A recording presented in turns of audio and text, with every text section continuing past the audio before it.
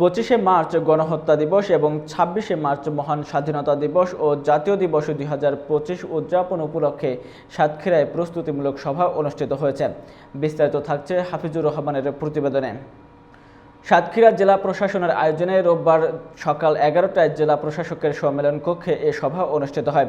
সাতক্ষীরা জেলা প্রশাসক মোস্তাক আহমেদের সভাপতিত্বে প্রস্তুতিমূলক সভায় উপস্থিত ছিলেন অতিরিক্ত জেলা প্রশাসক বিষ্ণুপদ পাল, এলডিডি মাশরুবা ফেরদৌস, অতিরিক্ত পুলিশ সুপার ইমরান হোসেন, বাংলাদেশ জামাতে ইসলামী সাতক্ষীরা জেলার আমির উপাধ্যক্ষ শহীদুল ইসলাম মুকুল, সেক্রেটারি মাওলানা আজিজুর রহমান, জেলা বিএনপির সদস্য সচিব Abu Zahid W, Islamic foundation সাতক্ষীরার ডিডি মোহাম্মদ মেহেদি হাসান, জেলা তথ্য অফিসার মোহাম্মদ জাহারুল ইসলাম, সাতক্ষীরা প্রেস ক্লাবের সাধারণ সম্পাদক মোহাম্মদ আব্দুল বাড়ি সহ জেলা প্রশাসনের কর্মকর্তা ও বিভিন্ন সরকারি বেসরকারি প্রতিষ্ঠানের কর্মকর্তারা উপস্থিত ছিলেন।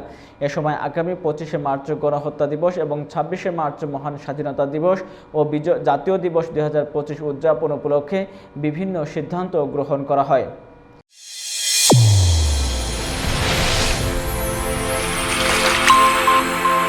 চ্যানেল A1 হৃদয়ের স্পন্দন।